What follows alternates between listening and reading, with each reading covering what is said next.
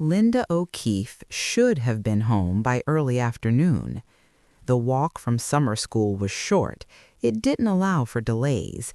There were no stores along the way, no errands to run, no reason for the trip to stretch longer than it ever had before. It was a route that ended the same way every day, at the front door. When that door stayed closed, nothing felt urgent at first. Children were trusted to move through neighborhoods in 1973. Independence wasn't considered risky, it was expected. An 11-year-old walking home alone in daylight didn't raise concern. It blended into the background of ordinary life. Minutes passed, then more. The neighborhood continued as usual. Cars drove by, lawns were watered, people went about their routines without realizing that one routine had quietly broken. Linda didn't arrive late. She didn't arrive at all. And by the time the absence became impossible to explain, the distance between where she had last been seen and where she was supposed to be had already turned into something else entirely, something that could not be crossed by retracing steps alone. Linda Ann O'Keefe was 11 years old in the summer of 1973. She lived in Newport Beach, California, in a community shaped by routine and familiarity. The neighborhood was residential, quiet during the day, and active in small, ordinary ways. Children moving between houses, parents coming and going, neighbors recognizing one another without needing introductions. Linda's life followed structure. She lived at home with her family, attended school regularly, and spent her days within a narrow, predictable radius. Summer school was part of that structure. It wasn't a punishment or a problem to be corrected. It was routine, accepted, and unremarkable.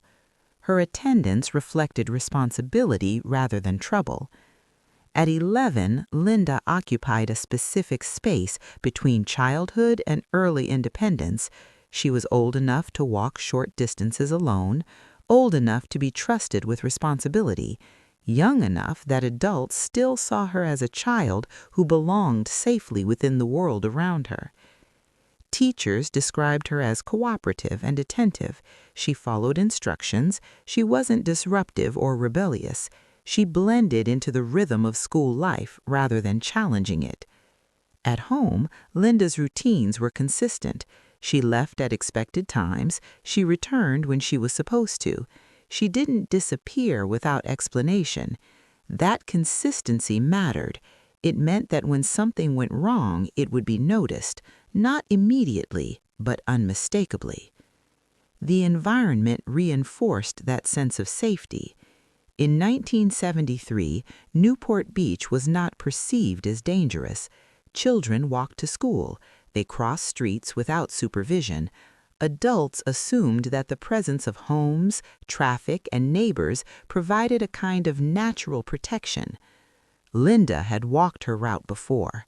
She had done it successfully enough times that it stopped being monitored closely. The path didn't feel like a risk. It felt part of the day. Nothing about Linda's life suggested instability. There were no warning signs, no recent conflicts, no reason to believe she would deviate from routine. That normalcy is critical. When a child with unpredictable behavior disappears, explanations multiply.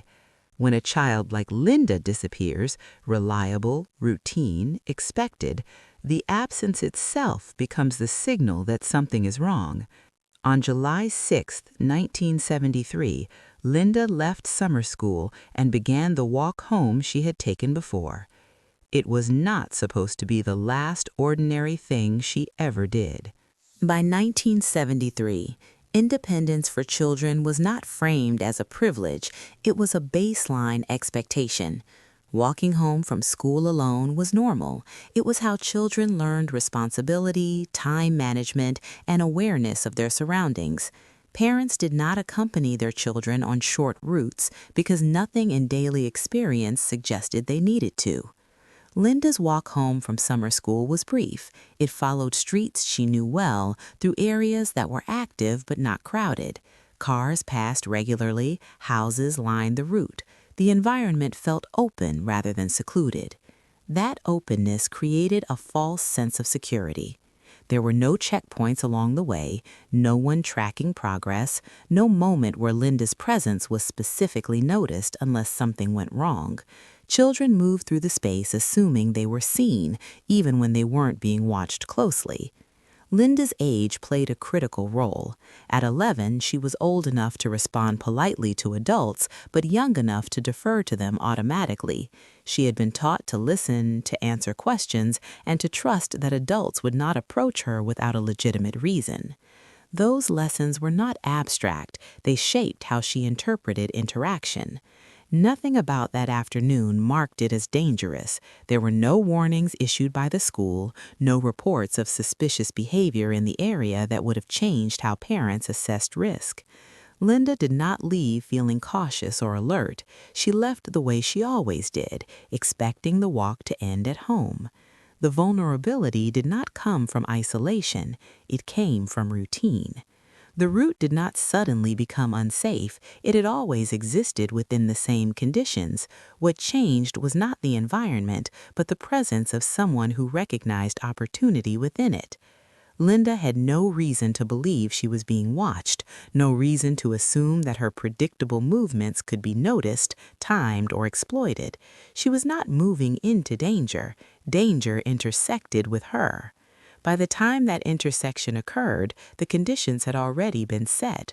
Trust, habit, and expectation had aligned in a way that made interruption possible without immediate resistance. And because nothing felt wrong at first, there was no reason for Linda to stop walking forward. Linda O'Keefe left summer school on July 6, 1973, and began her walk home as expected.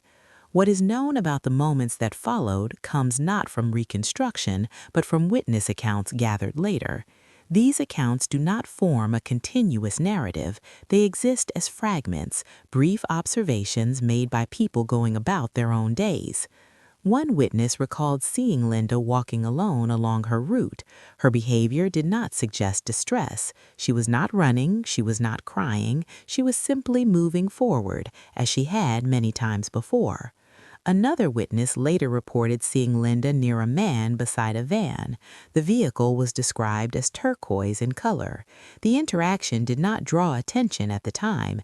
There was no visible struggle, no raised voices, nothing that registered as an emergency. That detail, the lack of alarm, is critical. Witnesses did not intervene because nothing appeared to require intervention. Linda was not being forced. She was not signaling for help. Whatever was said between her and the man did not look unusual enough to interrupt. After that point, confirmed sightings stopped. Linda did not arrive home. She was not seen entering another residence. She did not appear at a nearby business. There were no reports of her walking beyond the location where the interaction near the van was observed. The gap between that sighting and her disappearance is not measured in hours. It is measured in moments. Investigators would later determine that this was likely the point where Linda's routine ended and the crime began, not with violence, but with compliance, brief, situational, and difficult to recognize in real time. Once she left the public sidewalk, there were no further witnesses. The street returned to normal. People continued driving, neighbors remained inside their homes, children continued walking along other routes, unaware that one child's path had just diverged from every expectation attached to it. By the time concern emerged later that afternoon, Linda O'Keefe was already gone from the places where anyone might have seen her, and the only clear trace of what happened next was the silence that followed. When Linda did not return home, concern unfolded gradually. The walk from summer school was short, and at first there was room for ordinary explanations, a brief delay, a conversation with another child, a slower pace in the afternoon heat. None of those possibilities felt alarming on their own. As time passed, those explanations stopped fitting. Linda had not arrived anywhere else. She had not called. She had not been seen by neighbors along the rest of the route. The absence was no longer ambiguous, it was specific. Something had interrupted a routine that did not usually break. Her family began checking nearby streets and asking questions. Friends were contacted. Other parents were asked whether they had seen her. Each answer narrowed the window instead of widening it. Police were notified later that day. The initial response reflected the standards of the time. Officers canvassed the area, took descriptions, and retraced the known route. They noted what was missing as much as what was present. Linda had not taken extra belongings. She had not indicated plans to go anywhere else. There was no sign she had chosen to disappear. By the following day, the search expanded. On July 7, 1973, Linda O'Keefe's body was discovered in a ditch near the Back Bay area of Newport Beach, several miles from her home and school. The distance immediately confirmed that she had been transported. The scene was secured and homicide protocols were initiated. Investigators documented the location, the condition of the body, and the surrounding terrain. The setting was isolated enough to delay discovery, but accessible enough to reach by vehicle. It was not connected to Linda's daily life in any way. The cause of death was later determined to be strangulation. From that moment forward, the case was no longer framed around a missing child. It was framed around an abduction and murder carried out by someone who moved Linda out of public view quickly and without attracting attention. The urgency shifted from search to preservation. Evidence was collected carefully. Biological material, clothing, and trace evidence were secured according to protocol. Even though the technology of the era could not yet extract definitive answers, investigators preserved everything with the understanding that it might matter later. By the end of that day, the scope of the crime was clear. What remained unclear was who had committed it and how someone could remove a child from a public street in daylight without anyone stopping them. The autopsy confirmed that Linda O'Keefe had been strangled. There was no ambiguity about the cause of death. The manner was direct, intentional, and required sustained physical control. This was not an accidental death, and it was not the result of a single impulsive blow. It reflected prolonged contact between the killer and the victim. Evidence of restraint was documented. Linda's clothing and body showed signs consistent with binding, though the exact mechanics could not be fully reconstructed. What investigators could say with confidence was that she had been controlled before death. Whatever resistance occurred happened under constraint, not during escape. Biological evidence was present. Technicians collected swabs, fibers, and trace material from the body and the scene. In 1973, these samples could not identify a specific individual. DNA profiling did not yet exist. Blood typing and serology were limited to exclusion, not identification. Still, the evidence was preserved. This decision would later define the case. Items were dried, sealed, labeled, and stored. Chain of custody was maintained as best as possible through departmental changes and evidence room transitions. At the time, no one could predict how or when the samples might become useful, but protocol required preservation, not assumption. The forensic conclusions shaped early investigative theory. This was an offender capable of approaching a child without causing alarm. Someone confident enough to initiate contact in public, someone with access to a vehicle and knowledge of locations removed from routine foot traffic. But forensic profiles do not name suspects. They describe behavior, they narrow possibilities, they suggest patterns. Without a witness who could identify the man near the van and without technology capable of extracting identity from the evidence, investigators were left with a case defined by certainty about what happened and silence about who did it. That silence would persist for decades. In the days following Linda O'Keefe's murder, investigators focused on what little they had that could point outward from the crime: witness recollections and timing. The sighting near the turquoise van became central. Detectives re-interviewed witnesses, attempting to refine descriptions that had been offered only briefly and without urgency at the time. The problem was not unwillingness, it was clarity. No one had taken special notice of the man. He had not appeared threatening. The interaction had not looked like an abduction. Descriptions varied, age ranges shifted, hair color changed depending on who was asked. Clothing details were inconsistent. The van itself was described in general terms, turquoise or blue-green, but without a license plate, distinctive markings, or a clear model. Investigators canvassed the area extensively. They went door to door along Linda's route. They spoke with residents, business owners, delivery drivers, and anyone who might have been present that afternoon. They checked vehicle registrations that matched the color and general type described. Dozens of owners were questioned. None could be conclusively linked to Linda. Tips poured in. Some were sincere, some were speculative, many were driven by fear rather than information. Each lead had to be evaluated, documented, and either pursued or eliminated. As days turned into weeks, the volume of information grew, but its usefulness diminished. The investigation widened beyond Newport Beach. Detectives compared Linda's case to other reported incidents involving children in Southern California. Similarities were noted, but nothing met the threshold for a confirmed link. Without DNA, connections across jurisdictions remained largely theoretical. Over time, momentum slowed. The turquoise van remained a symbol rather than a solution.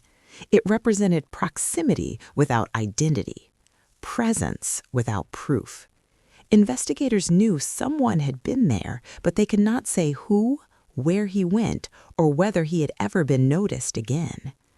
By the end of the first year, the case had exhausted its most promising leads. No suspect could be charged. No witness could identify the man. No forensic test could bridge the gap between evidence and identity. Linda O'Keefe's murder did not lack attention. It lacked resolution. And as time passed, the investigation entered a phase defined less by action than by endurance, waiting for something new to emerge that could move the case forward again. As months turned into years, Linda O'Keefe's case settled into a familiar pattern shared by many unsolved crimes from that era. It remained open but inactive. Detectives periodically reviewed the file, revisiting witness statements and evidence inventories. Each review followed the same trajectory: confirmation that procedures had been followed correctly, recognition that no new information had surfaced, and acknowledgement that the available tools were still insufficient to move the case forward. Time worked against the investigation. Witnesses aged. Some moved away. Others could no longer recall details with confidence. Memories that had once felt clear became uncertain, shaped by repetition and distance rather than direct experience. Even honest recollections lost value as specificity faded. The physical environment changed as well. Neighborhoods were rebuilt, streets were modified, traffic patterns shifted. Places that had once existed in 1973 no longer looked the same, making reconstruction increasingly abstract. What investigators could once visualize easily now required imagination. The evidence, however, endured. The biological material collected in 1973 remained preserved. It was transferred carefully as evidence storage systems evolved, surviving audits and reorganizations that led many older cases to lose critical materials. Linda's case retained its evidentiary core, even as investigative momentum stalled. By the 1990s and early 2000s, DNA profiling had become a standard tool in criminal investigations. Linda's evidence was revisited more than once, but early testing methods produced partial or inconclusive results. The samples were not degraded beyond use, they were simply waiting for more advanced techniques. Each attempt brought the case close to movement, then returned it to stillness. Public attention faded. Media coverage became occasional rather than sustained. Linda's name remained known locally, but the case no longer occupied the public imagination. It existed quietly, carried forward by record-keeping rather than active pursuit. For decades, the unanswered questions remained the same. Who was the man near the van? Where did he go afterward? And how had he managed to disappear so completely? The answers were present, embedded in evidence collected in 1973. They just could not yet be read. In the late 2010s, advancements in DNA technology created new possibilities for cases long considered unsolvable. Linda O'Keefe's case was among those reviewed. Using modern techniques, analysts were able to extract a full DNA profile from the biological evidence preserved decades earlier. Unlike previous tests, this profile was complete enough to support advanced comparison. When the DNA was run through traditional criminal databases, no matches were found.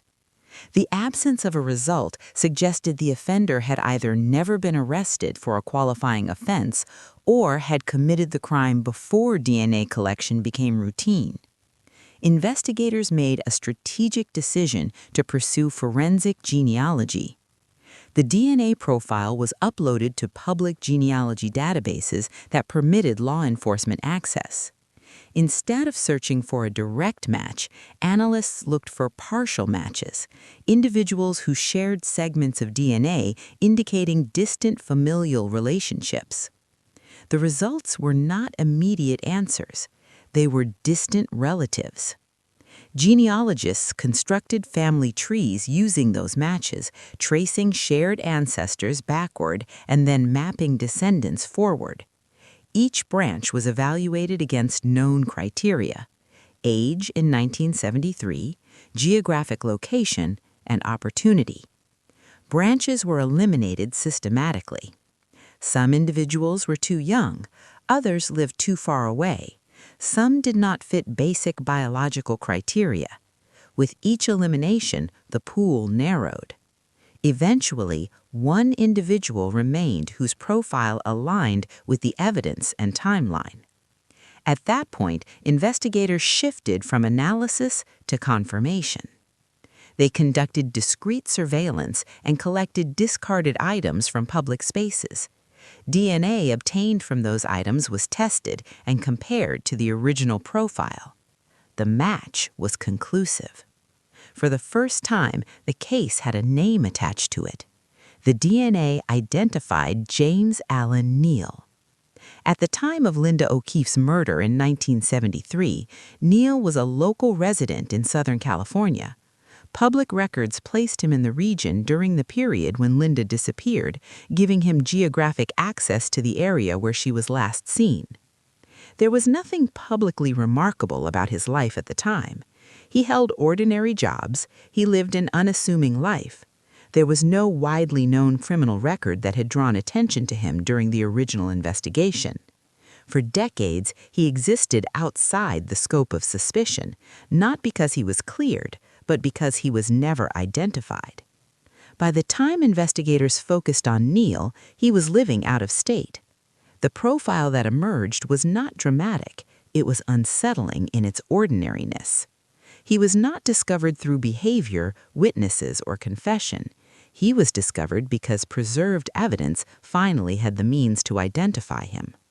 The investigation did not pivot on personality or motive. It pivoted on certainty. In February 2019, law enforcement arrested James Alan Neal in Colorado in connection with the 1973 murder of Linda O'Keefe.